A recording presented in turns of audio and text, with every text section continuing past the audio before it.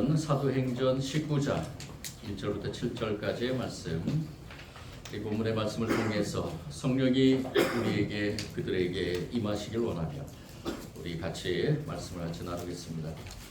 성경의 말씀을 우리 합독을 하겠습니다. 오늘은 1절부터 7절까지 신약성경 220년 정도 있습니다. 한 목소리로 합독할 때 주님의 음성 듣는 저와 여러분 되기를 원합니다.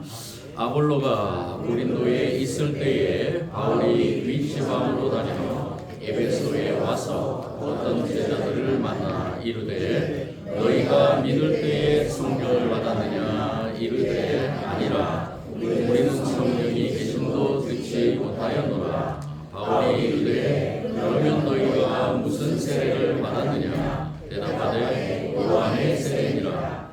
바울이 이르되 요한이 회개의 세례를 베풀며 백성에게 말하기를 내 뒤에 오시는 이를 믿으라 하였으니 이는 곧 예수라 하거늘 그들이 듣고 주 예수의 이름으로 세례를 받으니 바울이 그들에게 안수하매 성령이 그들에게 임하시고 감언도 하고 예언도 하니 모두 12사람쯤 되니라. 아멘.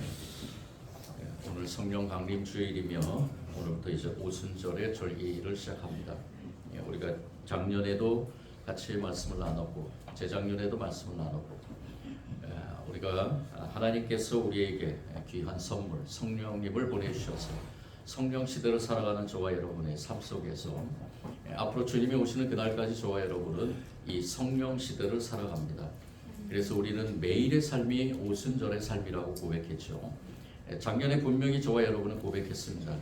1년을 돌아보면서 저와 여러분이 오순절의 삶을 살았는가? 성령 충만함으로 성령님이 이끄시는 삶으로 성령님께서 저와 여러분의 삶을 주관하시는 가운데 순종함으로 그 성령의 이끄심에 저와 여러분이 살아왔는가 돌아보면서 오늘 이 시간에 다시 한번 이 성령 강림주의를 맞이하며 또 오순절의 절기를 지나면서 다시 한번 귀한 말씀의 은혜의 자리로 나아가는 저와 여러분이 되기를 원합니다. 우리가 살아가는 세상에는 두 가지의 세계로 얘기하는 분들이 많이 있습니다. 보이는 세계와 보이지 않는 세계. 보이는 세계는 물질적인 세계죠. 우리 전부 다 인간이면은 오감을 갖고 있습니다. 시각, 청각, 미각, 후각, 촉각. 과학적으로 얘기하는 이 오각에 의해서 모든 물질들이 존재하는 것을 우리가 알고 그 물질들에 대해서 우리는 이 물질은 이렇다, 저 물질은 저렇다. 또 이름도 붙여가면서 그 물질의 세계, 즉 오감으로 느끼는 세계를 살아가는 그 세계가 있고요. 또 한편으로는 정신적인 세계가 있습니다. 보이지 않는 정신적인 세계가 있다는 것이죠. 이거는 비물질적인 그러한 세계라고 볼 수 있는데요. 이 비물질의 존재, 시간과 공간을 초월해서 있기 때문에 손으로 만지거나 또는 육신의 눈으로 볼 수 있는, 즉 오감으로 느낄 수 없는 그러한 비물질의 세계, 보이지 않는 세계가 있다는 것. 그 보이지 않는 세계, 이 보이지 않는 세계를 우리가 이 여러 가지 과학적인 방법을 통해서 나타내려 하고 있습니다. 이 보이지 않는 세계는 그런데 또 두 가지로 얘기할 수 있습니다. 우리 믿음의 사람들에게는 반드시 적용되는 게 있는데요. 이 보이지 않는 세계는 정신적인, 즉 혼의 세계와 영의 세계가 있다는 것. 그래서 보이지 않는 이 세계에서 우리 많은 과학자들이 이 보이지 않는 세계 중에서 정신적인 세계, 혼의 세계에 대해서는 많은 연구를 하고 또 그것을 보이는 세계로 자꾸 적용을 하려고 합니다. 우리가 잘 알고 있다시피 지금 가상 세계, 현실의 그 세계로 나타내려 하는 그러한 가상의 세계를 많이 연구하며 또 드러내고 있죠. 요 사이에 여러분들 아시지만 메타버스 이것을 이야기하면서 가상의 세계를 눈에 보이는 현실 세계로 구현하는 그러한 여러 가지 현상을 나타내고 있습니다. 우리가 이것을 이제 콘텐츠라고 얘기하는데 플랫폼이라고 얘기하죠.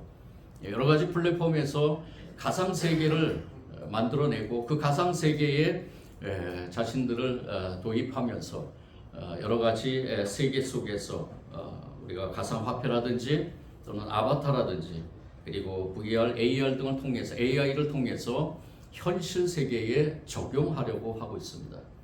우리 기독교도 마찬가지입니다. 지금 기독교 교육에서 여러 가지 지금 이 가상 세계를 등한시할 수 없기 때문에 이 가상 세계에서 여러 가지 메타버스에 등장하는 플랫폼들을 통해서 기독교 교육을 실현하고 있는 교회들이 참으로 많이 있습니다. 지금 미국에서는 이것이 굉장히 많이 일어났고 또 우리나라에서도 많은 대형 교회들은 이러한 플랫폼들을 만들어서 기독교 교육을 실현하고 있다는 것입니다. 우리가 너무나 잘 알고 있는 게 세들백 교회는 이 메타버스는 이 시대의 땅끝이라고 얘기하면서 많은 기독교 교육에 투자하면서 이 다음 세대들이 이 가상 현실에서 현실 세계에 접하는 그러한 기독교 교육을 실현하고 있고요. 이러한 모든 것들, 이러한 것들이 보이지 않는 정신 세계에서 보이는 현실 세계로의 그러한 이동의 과정에 많은 그러한 플랫폼들을 형성하고 있다는 것입니다.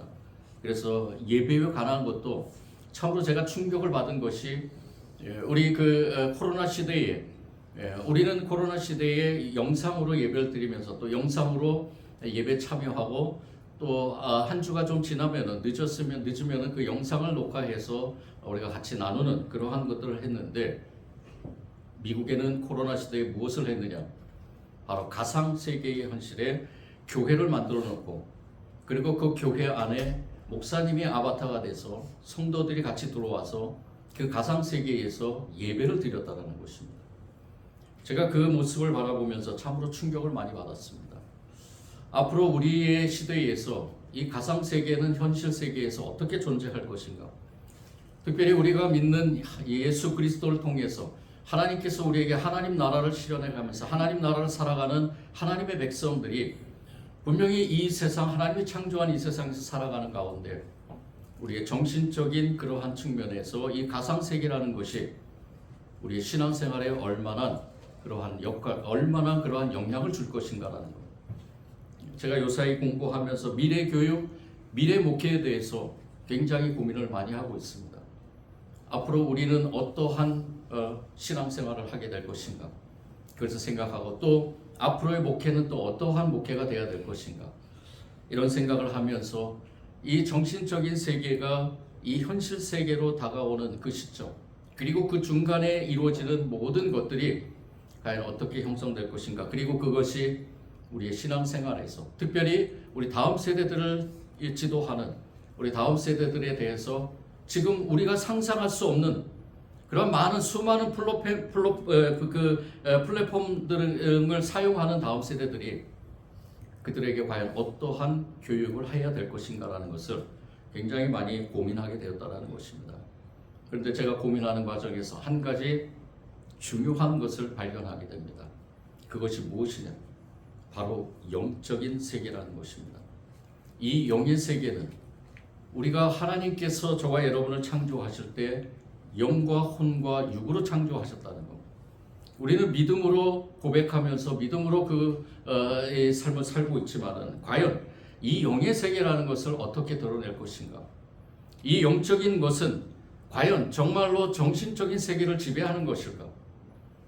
정신적인 세계가 육체적인 세계를 지배하는 것처럼 이 영의 세계가 정신을 지배하는 것일까라는 것을 생각해 볼 때 하나님께서는 수많은 선지자를 통해서 하나님의 사람들을 통해서 하나님의 말씀을 선포하는 가운데 반드시 빼놓지 않은 것이 무엇이냐?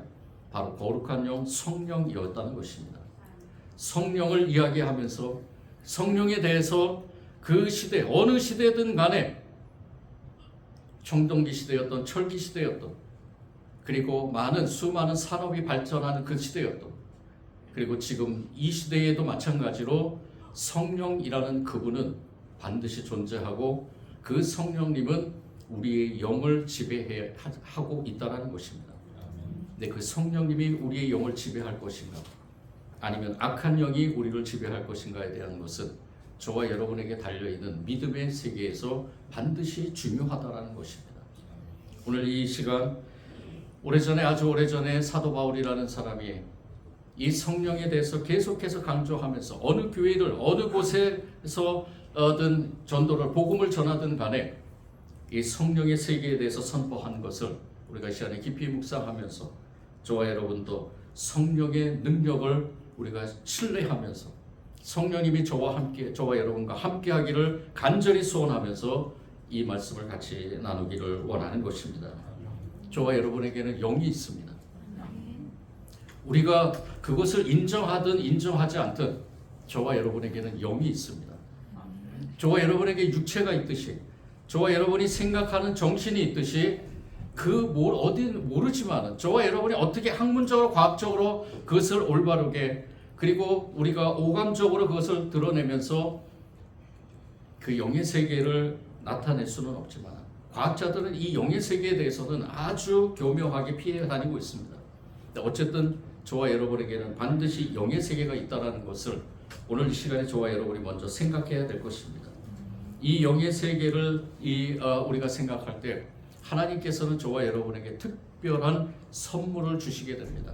그 선물이 바로 무엇이냐?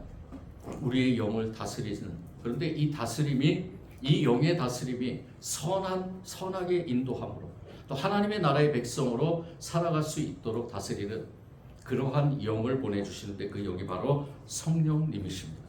하나님의 영이십니다.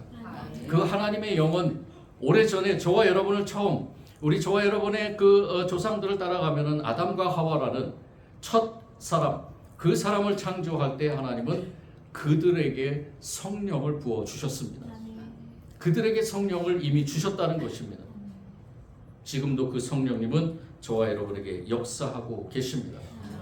사도 바울은 그것을 오늘 말씀에 나오는 것처럼 이 예배소에 왔을 때, 예배소에 있는 사람들에게 그것을 먼저 드러내고 있다는 것을 알게 됩니다. 오늘 말씀, 바울이 윗지방으로 다녔다라는 것은, 이 사도 바울은 이미 오래전에 그 위에 갈라디아 지역과 그리고 여러 가지 그 위의 지방에서 하나님의 복음을 전하는 그런 사명을 감당하다가 그 다음에는 이 예배소 지역으로 내려왔다라는 것입니다. 이 예배소로 내려왔다는 것은 그들과의 약속이 있었기 때문입니다. 그래서 이 예배소 지역에 와서 사람들을 만났는데, 오늘 말씀에 어떤 제자들을 만났다 그랬는데, 이 제자들은 바로 그리스도인들입니다. 예수님을 믿는다 하고 그리고 세례를 받은 그런 사람들입니다. 이 사람들을 만나서 제일 먼저 이 사람들에게 사도 바울이 물은 게 무엇이냐? 너희들이 과연 성령을 받았느냐라는 겁니다. 예수님을 믿은 사람에게 성령을 받았느냐라고 묻습니다. 사도 바울이. 왜 그랬을까? 이 성령을 받은 그 사람들의 모습이 이 제자들에게서 나오지 않았기 때문입니다.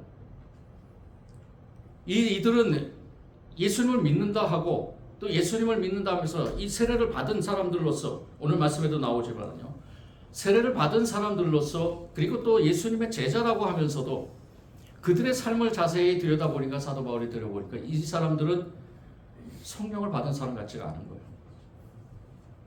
성령을 받은 사람들은 어떤 사람들인가? 우리가 이제 제가 마지막에 말씀을 통해 적용하겠지만, 이 사람들 모습에서 성령을 받은 모습이 안 나타나기 때문에 이들에게 너희는 성령을 받았느냐라고 묻습니다. 그랬더니 이들이 뭐라고 얘기합니까? 우리는 뭐라고 얘기하죠? 성령이 계심도 듣지 못하였다. 이게 무슨 말인가? 예수님을 믿고 예수님의 믿은 사람들로서 하나님 나라를 살아가는 사람들이 있고 성령을 모른다고 그럽니다. 이런 것은 도저히 있을 수 없는 일입니다. 이들에게 성령이 모른다고 들은 이 사도 바울은 굉장한 마음속에 안타까운 마음이 들었겠죠. 그러면서 또 묻습니다. 그러면 너희가 무슨 세례를 받았느냐? 반드시 세례를 받으면 성령이 임하시고, 사도 바울이 이제까지 해온, 그리고 사도 바울을 통해서 또 다른 그 누군가가 예수님의 제자가 돼서 예수님의 그 사명을 감당하는, 예수 그리스도의 그러한 삶을 살아가려고 노력하는 그러한 사람들에게는 반드시 세례 받을 때 성령이 임하는 것을 알기 때문에, 이들이 세례를 받았다는데 그럼 니들이 받은 세례는 무엇이냐라고 묻습니다. 이들이 얘기하죠. 요한의 세례다. 요한의 세례는 회개의 세례라는 것입니다.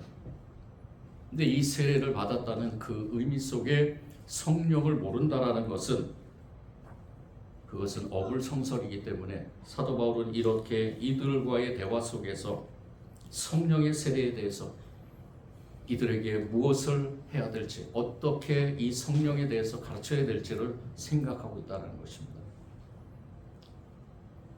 오늘 시대에 하나님의 백성들의 모습을 살펴봐도 이러한 모습을 갖고 있지는 않습니다. 제가 감히 여러분들에게 묻겠습니다. 여러분들 성령을 아십니까? 아멘. 여러분들 성령 세례를 받으셨습니까? 아멘. 성령님이 저와 여러분과 함께함을 느끼면서 그 성령님과 동행하는 이것은요 아주 중요한 문제입니다. 우리 하나님의 백성들, 예수님을 믿는 사람들에게 아주 중요한 것입니다. 성령님께서 저와 여러분과 함께하면서 그 성령님의 인도하심에 따라서 우리의 영, 어떻게 보면 가장 중요한 것입니다. 우리 영이 죽었느냐 살았느냐, 이 문제에서 성령님이 우리와 함께 우리 안에 임재해 계신다는 것이 얼마나 중요한 것입니다. 형식적으로 예수님을 믿으면서 교회 출입하고 예배 생활하고 봉사 생활한다 할지라도 한다면 그것은 너무나 불쌍한 인생입니다. 성령이 내 안에 계시고 성령님께서 나와 함께 하시면서 성령님이 이끄시는 대로 내가 순종하면서 성령의 임재를 느끼며 성령과 함께 동행하는 우리의 삶이 저와 여러분에게는 아주 중요하다는 것입니다. 옛말에 이런 말이 있습니다. 군맹무상.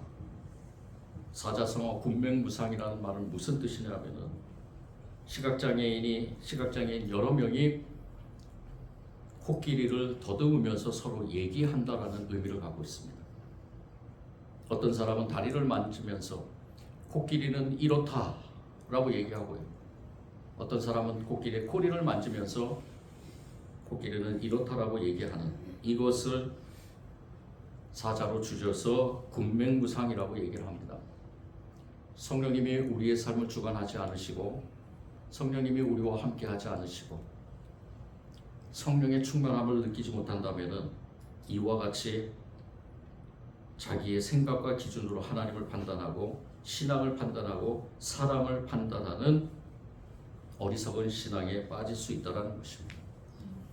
그리고 내가 가는 길이 과연 옳은 길인가? 예수님을 믿지만 내가 가는 길이 과연 옳은 길인가라고 성령의 인도하심을 받지 못한다면 여러분들 깨어나야 됩니다. 깨어나야 됩니다. 우리가 성령의 인도하심을 받지 못한다면 우리가 가는 길이 어떤 길인지 모릅니다. 저와 여러분의 가는 길 앞에 반드시 성령님께서 저와 여러분과 함께 하셔야 됩니다. 우리가 아무리 똑똑해도 인간이 아무리 똑똑해도 IQ 200을 넘기가 어렵죠. 고린도전서 11장 25절의 말씀에 보면 하나님의 어리석음이 사람의 지혜보다 더 지혜롭고 하나님의 약함이 사람의 강함보다 더 강하다. 사도 바울은 고린도 교회 성도들에게 선포했습니다. 고린도라는 이 지역은 전 세계에서 가장 똑똑한 사람이 모였다라고 할 수 있죠. 그 시대에 철학적으로, 과학적으로. 그러면서 그들이 모여서 그 교회에서 얘기하는 자기들이 주장하는 것이 무엇이냐?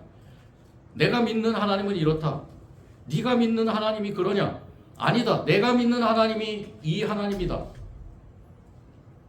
우리 파에 들어와야 된다. 내가 믿는 하나님이 옳고 네가 믿는 하나님은 틀리다.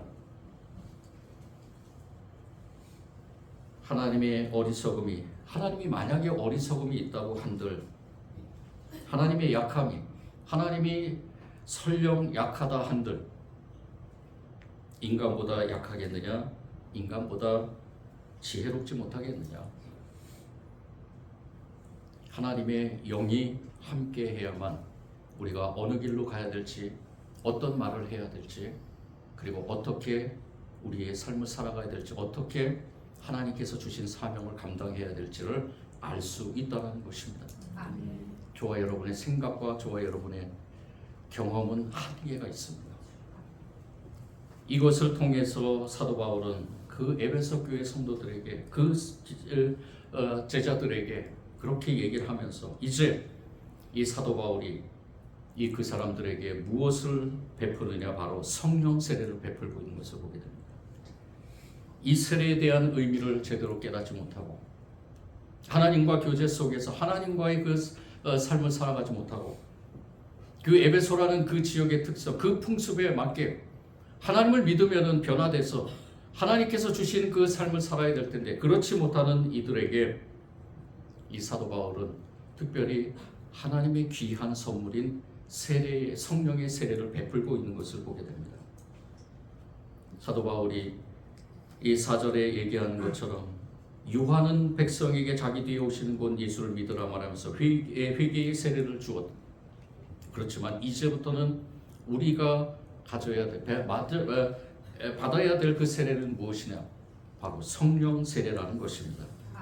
바울은 세례 요한의 외침을 인용하면서 세례 요한이 베푼 물세례는 그리스도를 믿는 믿음으로 받아들이기 위한 준비 단계로서 자신의 죄를 깨닫고 회개케 하는 회개의 세례라는 점을 강조합니다.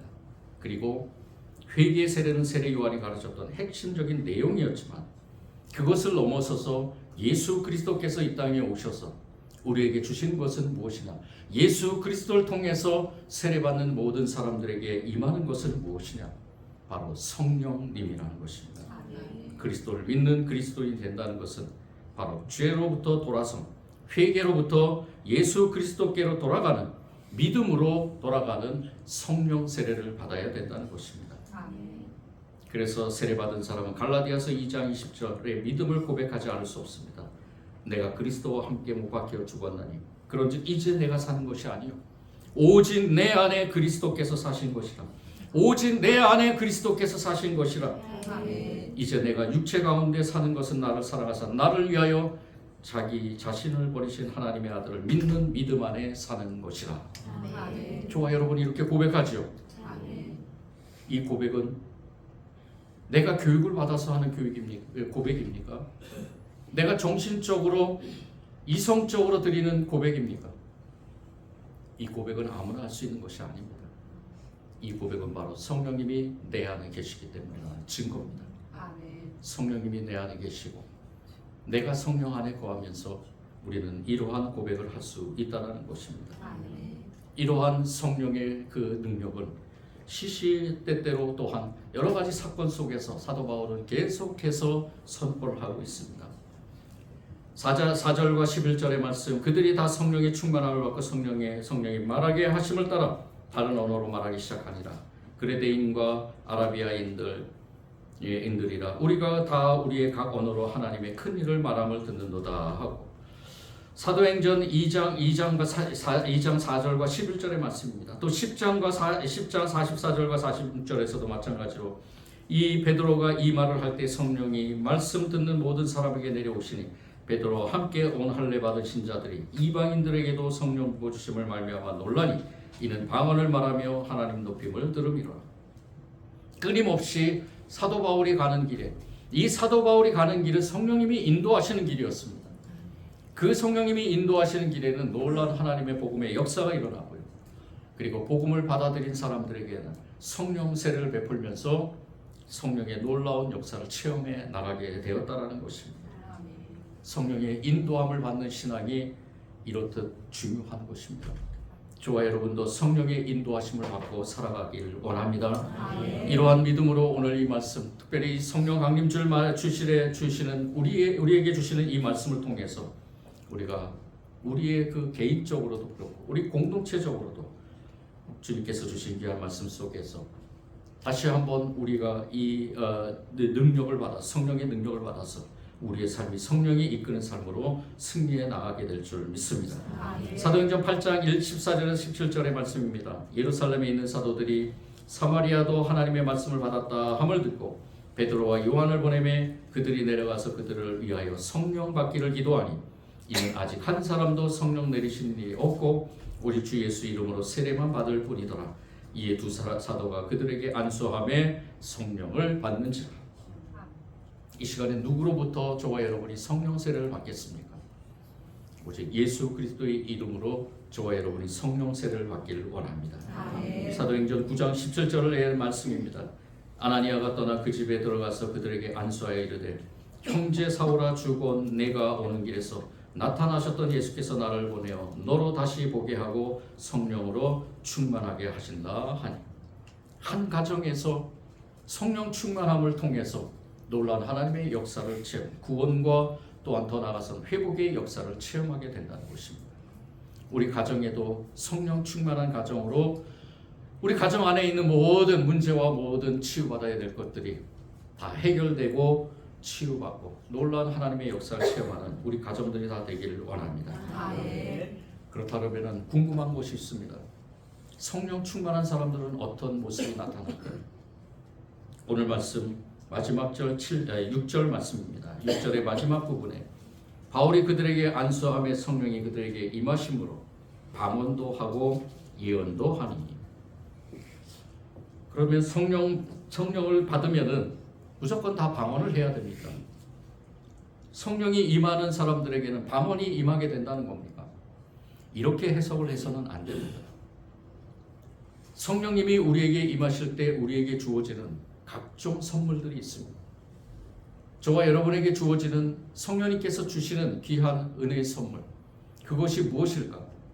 어떤 사람에게는 방언의 능력을, 어떤 사람에게는 가르치는 능력을, 어떤 사람에게는 전도하는 능력을, 어떤 사람에게는 봉사하는 능력을, 어떤 사람에게는 예언하는 능력, 이러한 모든 것들이 다 성령님께서, 하나님께서 그 영을 통해서, 하나님의 영을 통해서 우리의 영에게 부어주시는 능력입니다.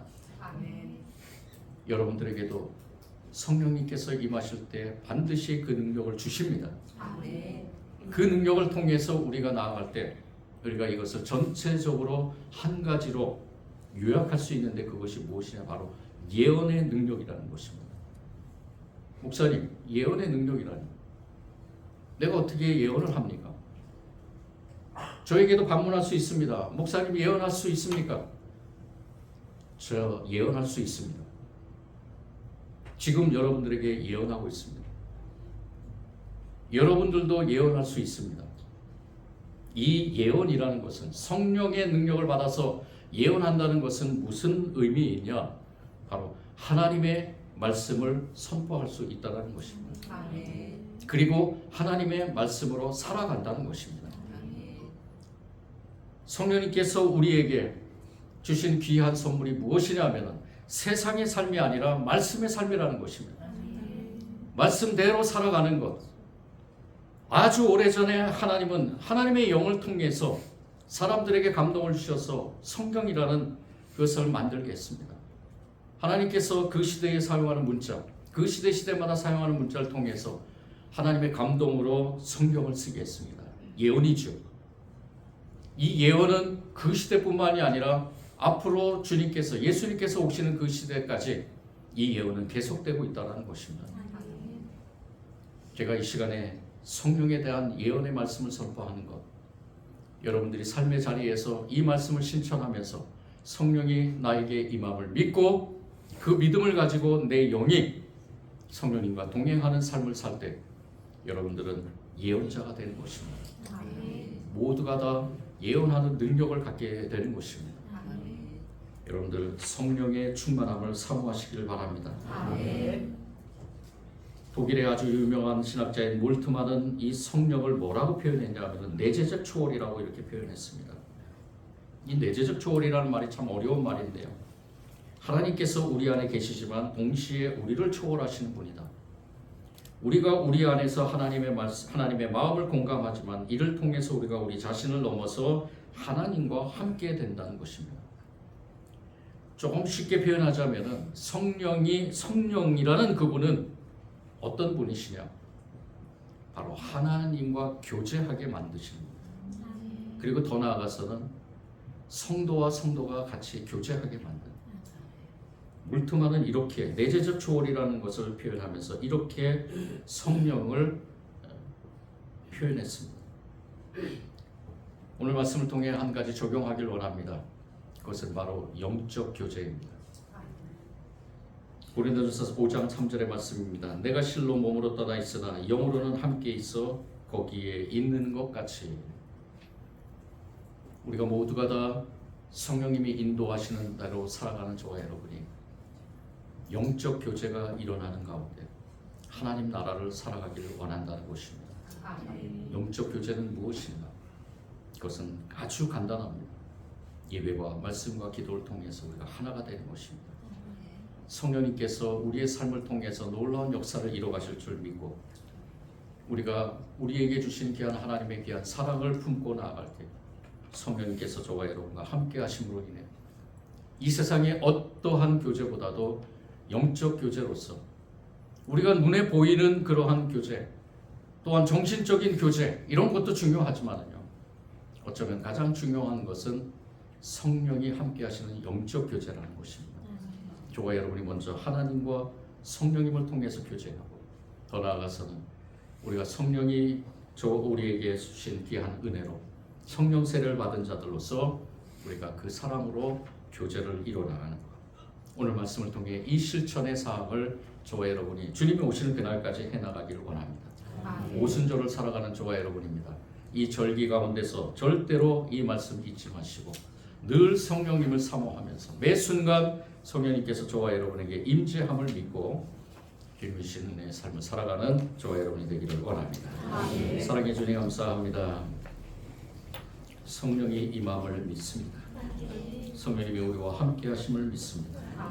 우리가 믿음으로 선포해 나가게 하시고 주님께서 베풀어 주신 귀한 은혜의 장을 외면하지 않도록 인도하시며 더 나아가서는 우리의 영이 성령님이 지배하심으로 영적 교제를 이뤄나가는 우리의 삶이 되게 하여 주옵소서. 이 시간에 주신 말씀에 다시 한번 감사드리며 깨달으며 실천하길 원하며 예수님 이름으로 기도드립니다. 아멘.